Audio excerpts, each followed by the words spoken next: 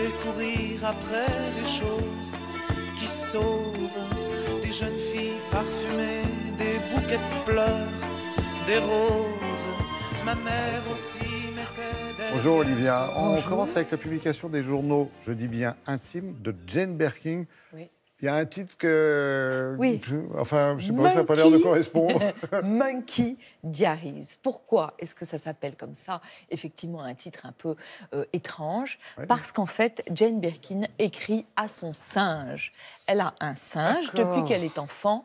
Un singe qui a été gagné à la tombola. C'est une peluche. Une peluche. Une C'est peluche. pas la guenon d'un chanteur français. Non, non, Bon. non, c'est une peluche et qui va devenir en fait le porte-bonheur de toute la famille Birkin-Gainsbourg. Donc toute leur vie, personne ne prendra l'avion sans Monkey. Personne ne rentrera pour une opération à l'hôpital sans le singe. Le père avait une très jolie formule, le père de Jane. Il disait, c'est sûrement Monkey qui nous accueillera au paradis avec ses bras ouverts. Et quand Serge Gainsbourg meurt, à la demande de ses filles, Jane met le petit singe dans le cercueil de Serge pour qu'il l'accompagne dans l'après-vie. C'est elle qui dit ça. Et c'est absolument exquis et c'est absolument fantaisiste. Et c'est ça qui est absolument inouï dans ces carnets. Je les ai dévorés, mais comme un roman, tellement Jane Birkin est romanesque. Ce qu'on découvre, c'est qu'elle est à la fois vraiment cette personnalité très excentrique, très anglaise, et en même temps en proie à des grandes crises de mélancolie, douteuse d'elle-même, et on se dit comment cette femme, qui est une icône de maintenant 3 générations, on a tous rêvé de ressembler à Jane Birkin. Pas moi, mais... Pas vous. Écoutez, Est-ce que vous vous avez sortez. rêvé Non, mais c'est vrai de que... ressembler à Serge Non, Gainsbourg, mais peut-être? beaucoup d'artistes ont rêvé de travailler avec elle Bien aussi. sûr. Et cette femme qui est vraiment une sorte de soleil, qui a une finesse d'esprit, mais inouïe, eh bien, elle doute d'elle-même absolument tout le livre. Alors, peut-être que ça vient de l'enfance, parce que c'était une élève exécrable. Elle dit qu'elle hait l'école. C'est les aveux. C'est les Ce sont aveux. des confessions. Ah, c'est très intéressant ce que vous dites, parce que ce sont vraiment des confessions. Je connais peu de gens qui se sont mis à nu, comme ça. avec une telle comme ça sincérité et une telle pudeur en même temps. Donc c'est une petite fille qui déteste l'école, dans une famille très excentrique. Il y a un détail que j'ai adoré. La mère, qui est une grande actrice de théâtre, choisit les babysitters pour ses enfants les plus jolis possibles, ce qui est à peu près l'inverse de ce que n'importe quelle femme fait, pour qu'elle puisse servir de modèle à son mari qui est peintre, par exemple. Ils font des pique-niques à minuit. Sympathique. Je croyais que c'était le singe qui réunissait tout le monde, en fait. Non, Le c'est singe ce sont aussi. les babysitters. Mais en même temps, il y a plein d'animaux dans la maison. C'est vraiment une famille d'excentriques anglais qui ont une sorte d'amour fou pour leur fille.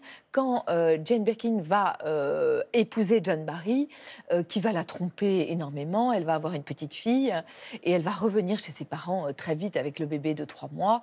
Et elle dit, ils m'ont accueilli à bras ouverts, personne m'a dit, on t'avait bien dit que, alors qu'on lui avait bien dit que. C'est le père qui conduit sa fille pour aller épouser John Barry. Et j'adore le père qui lui dit, tu sais, on peut encore faire demi-tour. Ils ont tous un esprit absolument génial. On redécouvre la rencontre avec Serge Gainsbourg, qu'on a déjà lu, mais raconté par Jane Birkin, ce n'est pas la même chose. Ils se sont rencontrés sur le tournage de Slogan de Pierre Grimblat. Elle le trouve très hostile. Et donc Grimblat lui dit, mais pas du tout, il faut que vous sortiez ensemble. Il l'emmène d'abord chez Régine. Serge Gainsbourg lui marche sur les pieds. Elle n'en revient pas. Après, il l'emmène chez Raspoutine, où il y a de la musique russe. Après, il l'emmène au Calvados, où il y a un orchestre mexicain.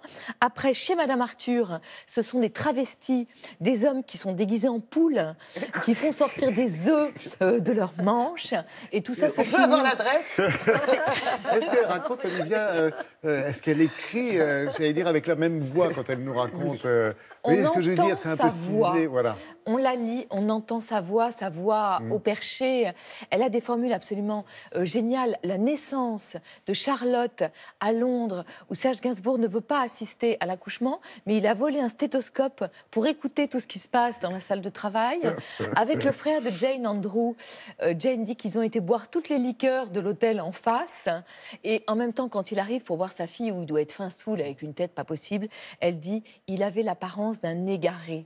Elle a vraiment une manière de raconter les choses très, très délicate, très, très jolie. C'est un vrai écrivain, c'est une vraie artiste. Foncez, c'est chez Fayard, et vous allez rire, vous allez pleurer.